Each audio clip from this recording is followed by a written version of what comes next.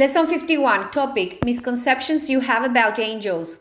Greetings, brothers and sisters. I want to clarify some of the concepts you have about angels. Some of them are true, others less so, and the others are completely false. This is an informative lesson. I only want to clarify some concepts.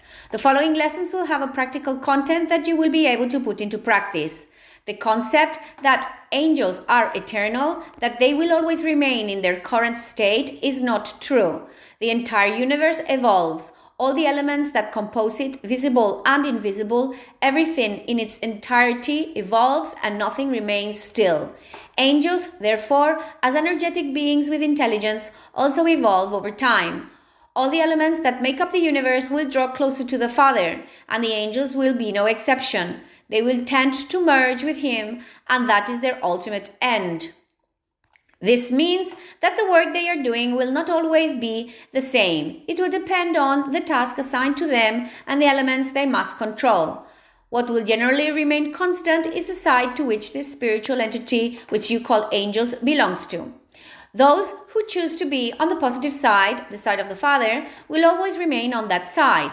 Those on the negative side may eventually learn that they are making a mistake and therefore one day return to the positive side. Another misconception you have is that the angels will always be in the spiritual world. This is not always true. It can happen that the Father assigns them a mission on a planet with intelligent life, with the mission of becoming a prophet among the beings incarnated in physical bodies who live on that planet. This sometimes happens, but it is very rare. Another misconception is that angels have no sex. This is only true if they have not been incarnated in a physical world.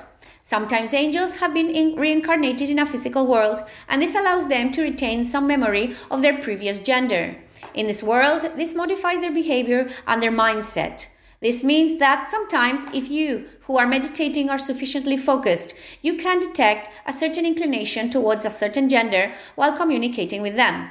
Only in the case where they haven't reincarnated in any physical world do they possess both genders simultaneously. This means that their way of thinking and spiritual aura surrounding them will, from their inception, have a certain inclination towards one side, so to speak. You might confuse this with an inclination towards a certain sex, which isn't true. It's merely a perception because you see it that way. It depends on sex, but it only corresponds to a way of thinking and has nothing to do with an inclination to have a certain physical body, which, in their case, since they haven't reincarnated, they don't know about. One concept you have that isn't entirely true is that all angels stay together and get along. That is not entirely accurate.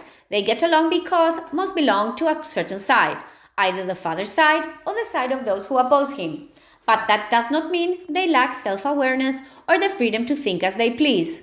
Some prefer to isolate themselves from others. These are very rebellious and believe their path is the only true one. But they are always oriented toward a certain side. Therefore, as you can see, angels are very similar to you in what they can think, they have freedom, and they have the right to individuality, which enriches the universe and the Father Himself. The rest of your concepts about angels are quite correct. They almost never tire and tend to have almost limitless energy because they are close to the Father. They usually carry out the missions the Father assigns them willingly and are happy to interact with reincarnated beings like yourselves. And many other concepts that you have in your information, which you can obtain from books and in your information that comes from very ancient times, all of that is true. The hierarchy, how they distribute information among themselves, how they collaborate, and how, in short, they form a great society in which everyone knows what they have to do.